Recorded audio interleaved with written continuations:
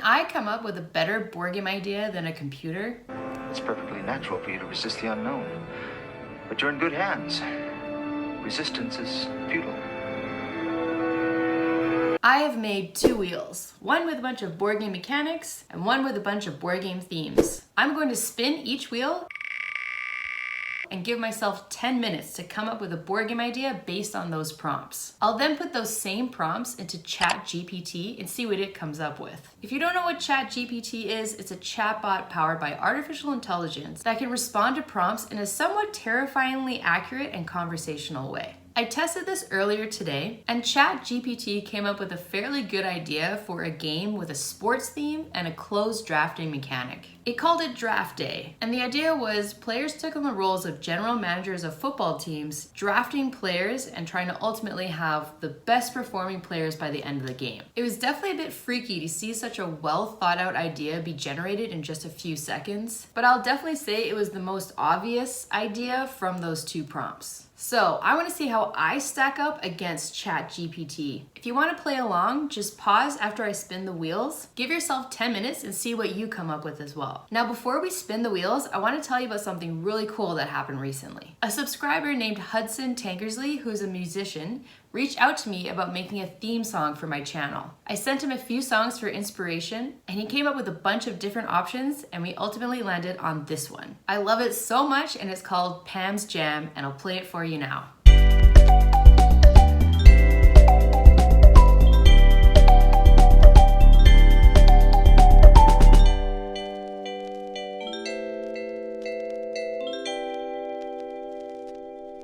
So this song will now be played at the end of all of my videos. Thank you so much to Hudson for making Pam's Jam. And if you have a project that you need music for, I highly recommend reaching out to Hudson. I'll link to his channel in the description of this video. All right, now back to the wheels! For the mechanics wheel, I picked a bunch of mechanics from Board Game Geek's list of mechanics, which I'll link to in the description of the video. And I picked ones that I haven't really used in games before to push myself outside my comfort zone. I won't explain each mechanic, so if there's some that you haven't heard of before, I recommend going to that Board Game Geek's list and learning about the different mechanics. For the themes, I just wrote down whatever came to mind. Some of the most popular themes like pirates, zombies, outer space, whatever, a bunch of fun things. And I've saved both of these wheels and put links to them in the description as well if you want to spin them and create your own prompts to try out this exercise on your own. All right, let's get to spinning.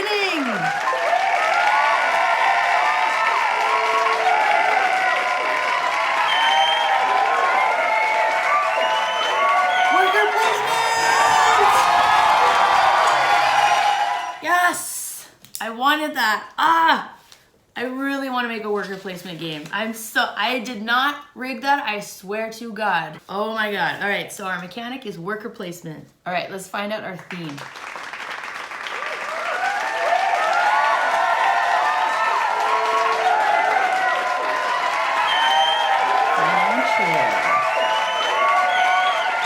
All right, so a worker placement game with a financial theme. Giving myself 10 minutes. If you want to play along, let's see what you can come up with as well. And trying to think more creatively, more innovatively than ChatGPT. Let's go. Yeah.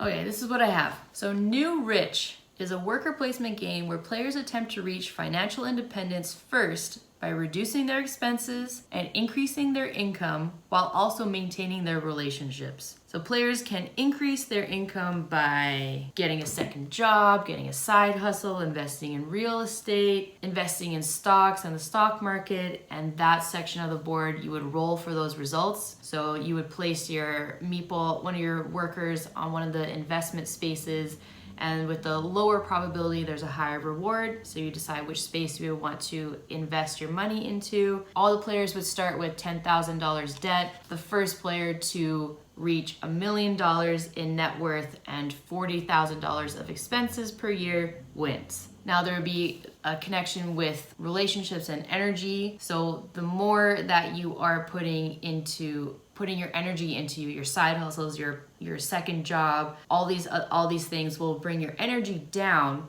which will have you lower in the turn order. So there would be a time track turn order in this as well, which would mean that the players who have lower energy would be the last ones to place their meeples on the board for the different action spaces. So the more energy you have, the higher you are up in the turn order. You can also buy more meeples, more workers if you earn a certain amount of money, and that will also give you more energy. This is a topic that really interests me, and the term new rich is from a book called The 4-Hour Workweek by Tim Ferriss, and it's all about looking at money in a different way. And so if you don't know what financial independence is, it's the idea that if you accumulate enough money in investments that you don't have to work at a certain point.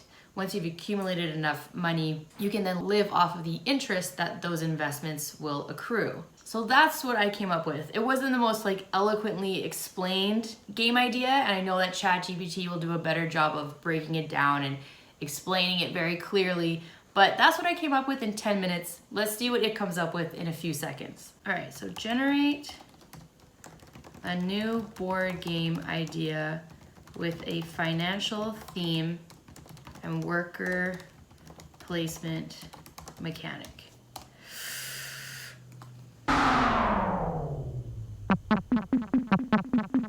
Jeez, that was fast.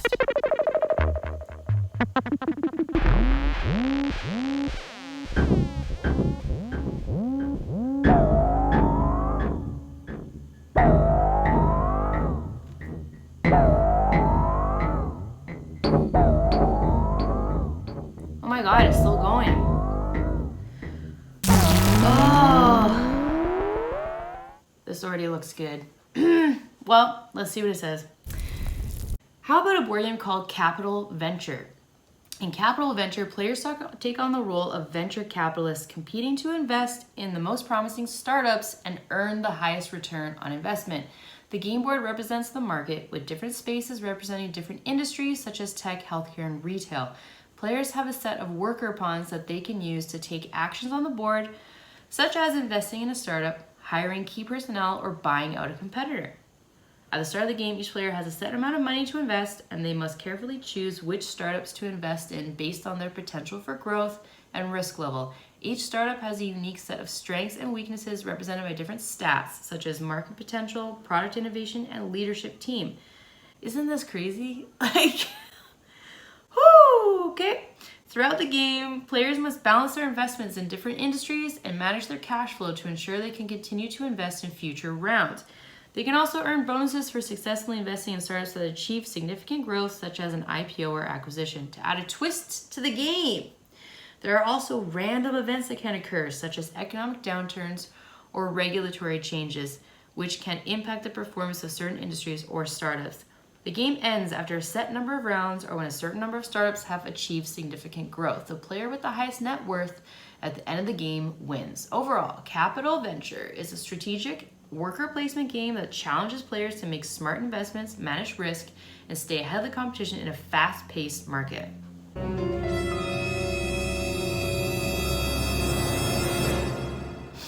That's good.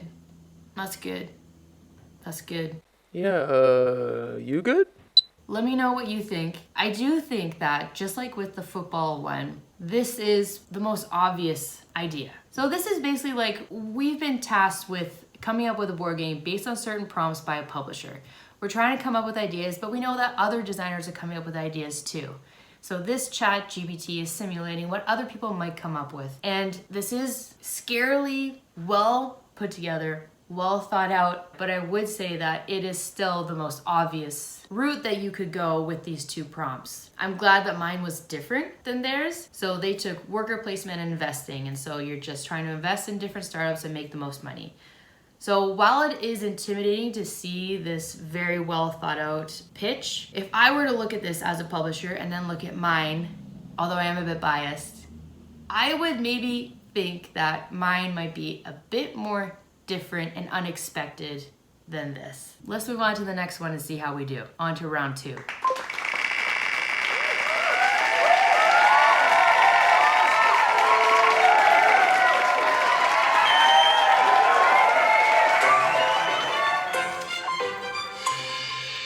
Nice. Root or network network building. I actually wanted this one too, so I'm stoked about that. Let's see our theme.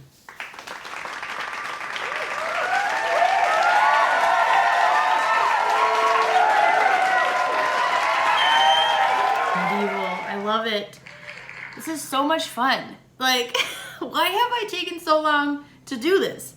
Like, this is awesome. A root or network building game, medieval game. That's what we're doing now. So just to clarify, so root and network building, that is more like games like Power Grid, where if you make connections between different things, there will be an effect for you. You'll get different resources, or things will cost you less, or things like that. So that's root and network building. But then in like Ticket to Ride, where it's called connectors or connections. And so that's just mainly set collection, collecting different cards to then build roads that connect things. And you get points for connecting different routes, but that's all you get. You don't get any resources or abilities. So this is more about creating connections that will then benefit you in the game with a medieval theme. All right, so let's do it. Yeah.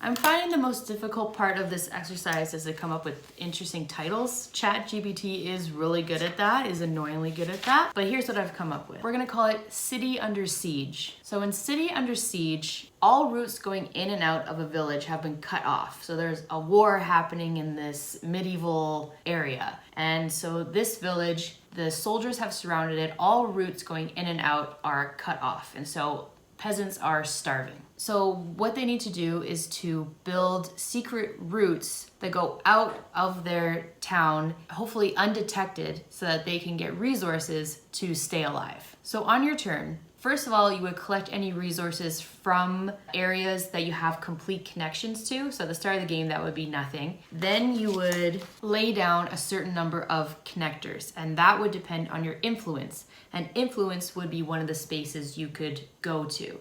So at the start of the game would say that everyone can lay down 2 connectors. So each player would represent a different family living in this medieval town, and you would lay down 2 of your connectors on any of these routes going out to other villages that surround this town.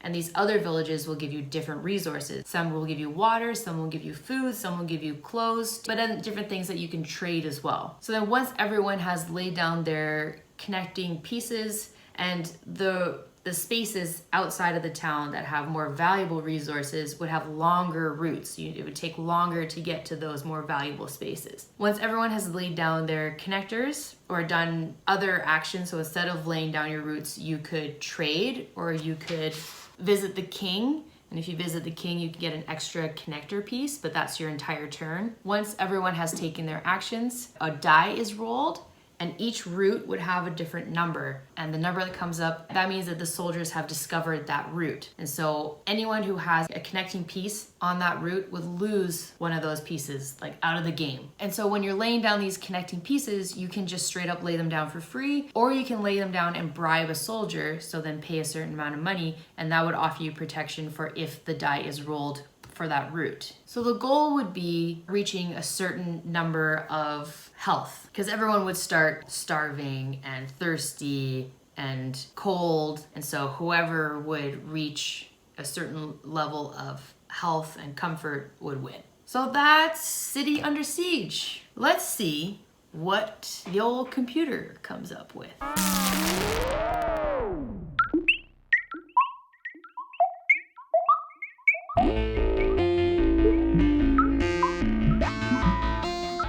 So it's still doing its thing, but when I saw medieval and route building, my obvious first idea was different kingdoms wanting to build better routes to have the most powerful kingdom, different routes to different resources. Everyone's trying to build out their kingdom to have the strongest kingdom by the end of the game, or the strongest clan within a kingdom. That is what came to my mind at first. So I had an idea that ChatGPT would think of that. And so that's why I went a slightly different route of focusing on the villagers and the peasants rather than the nobles. This is an interesting exercise because I knew that that's probably the most obvious answer, and so I wanted to think a bit differently. So let's read their whole thing and see what they came up with. So how about a board game called Kingdom Roads? In Kingdom Roads, players take on the roles of medieval lords and ladies seeking to expand their territories by building and connecting roads, villages, and castles. The goal of the game is to have the most prosperous and well-connected kingdom by the end of the game. To start, each player is given a small kingdom board with a starting village and castle. They are also given a set of road and building pieces, as well as a deck of cards representing different resources and events. On each turn, players draw a card from the deck and choose to either play it or discard it. The cards might allow them to collect resources like wood, stone, or gold, or they might introduce events like bandit raids or natural disasters that can affect their kingdom. Players then take turns building roads and buildings to connect their villages and castles. Each road or building piece costs resources, and players must carefully balance their resources to build the most effective network of routes. The more connected a player's kingdom is, the more prosperous it becomes. So wait, let's back up here. On each turn, players draw a card from the deck and choose to either play it or discard it. So on your turn, you're drawing one card, choosing to play it or not play it. That's not much of a choice. That's the first kind of like pretty obvious flaw in this game that ChatGPT has done so far, I would say. Well, let's continue reading. The more connected a player's kingdom is, the more prosperous it becomes, generating more resources and allowing them to build even more. Of course, players must also contend with the other lords and ladies who are also building their own kingdoms. They can block each other's roads and buildings and even invade each other's castles to steal resources and capture territory. How can they do that if their turn consists of just drawing one card?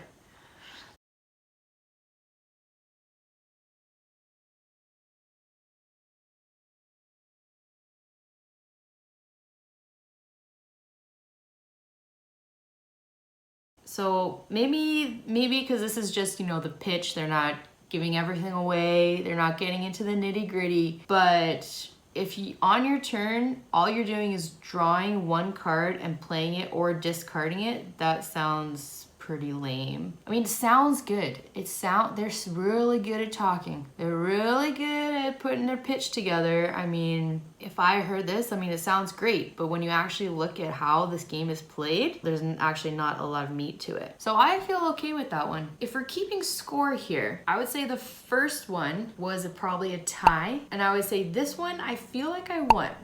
I don't know. You let me know what you think the score is at right now. But let's see what happens in the final round. All right, let's get our last mechanic for the final round.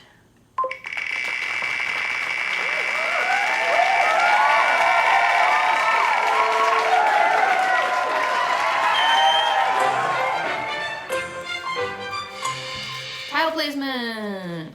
And the theme is...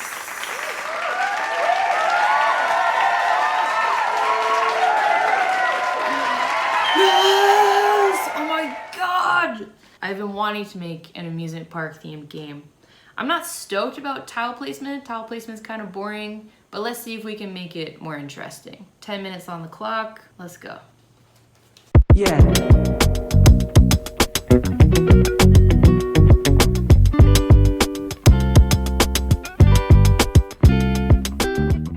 This one I feel like is going to be the closest to what ChatGPT is going to come up with. It was tough to think outside of the box for this. So I'm curious to see how different it's going to be from theirs. I don't love the title. My title is Merriment Magnates or Park Bosses. Park Bosses. So in Park Bosses, players are trying to build up their own amusement park to generate the most money. And the way that you generate the most money is by having connected rides, food stands, bathrooms, and entertainment. So there's going to be tiles in the middle of the play area. There's going to be stacks of basic tiles and then stacks of premium tiles. 3 basic tiles will be revealed. So there will be an open drafting mechanic to this as well. So 3 basic tiles are turned over. On your turn, you select one of those 3. These are free. So they're paths, bathrooms, basic rides, basic food, and basic entertainment. So you would pick one up and you would place it on your mat. So everyone would have a grid mat. Everyone selects one tile, places it. After that, so after the first round, if anyone would collect money for any connected locations. So let's say for a basic ride, you get $1. So then if you have a connected basic ride for $1, you would get $1. So you're gonna continue taking basic tiles, connecting things, earning money, and then if you earn enough money, you can buy a premium tile and they will generate more money for your park. So the idea would be first player to generate, let's say $50 first would win. I feel like it's gonna be very similar to what ChatGPT comes up with. Let's see what they say. I knew they were gonna use the word tycoon. I swear, I was going to say amusement park tycoon. It's almost getting a little predictable.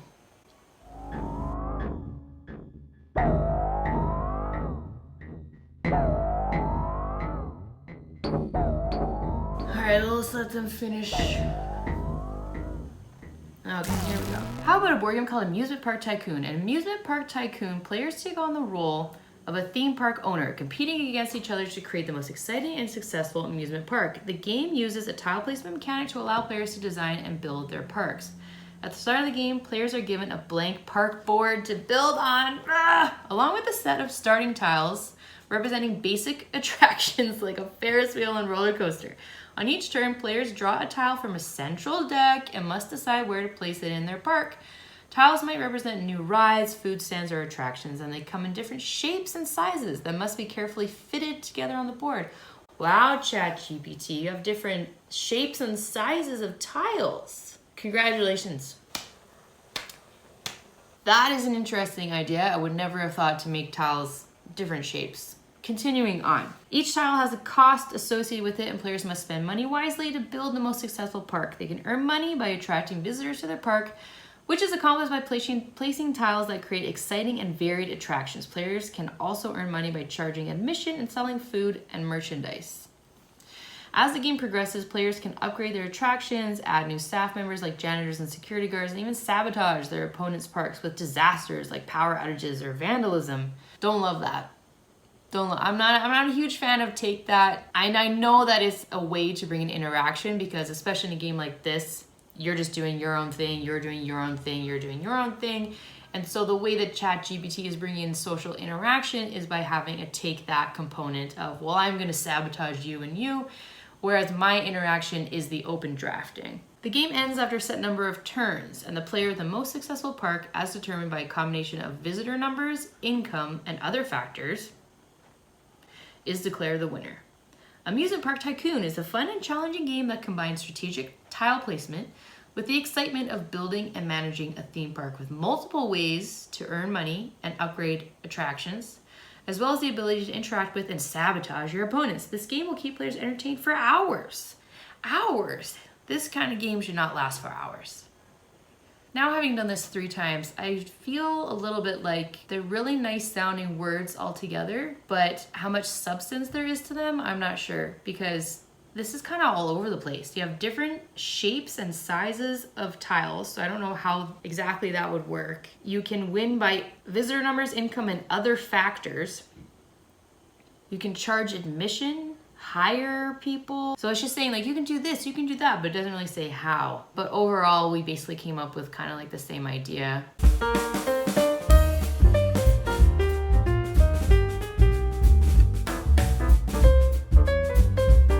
But yeah, so that was me versus ChatGPT. How do you think I did? How did you do? Did you come up with more interesting things than the computer did? I actually feel a lot better having done this experiment because when I first did it, I was a bit concerned when I saw it generate so quickly a very well thought out and clear and concise pitch for a board game. I don't think this is going to be replacing board game designers. No way. I could see publishers maybe using it just to get a general idea of what could be done with a theme or a mechanic that they want to make a game for. And then I could see them actually using it as a comparison to the ideas that they get from designers to see who is thinking outside the box, who's thinking differently and innovatively. I really enjoyed this actually, even just as an exercise. Like I don't know if I'll do anything with these ideas that came up with today, but just working out those creative muscles, getting prompts and thinking about different games, because sometimes as a designer. You can just keep thinking up the same kind of game over and over and over. And so this was a great experiment. I really enjoyed it. I would love to do it again. And it was fun to see what ChatGPT came up with. This technology is amazing. So if you did enjoy this video, be sure to like and subscribe. Follow me on social media at Pam Walls Game Design, and I'll see you in the next video. Now enjoy my new theme song.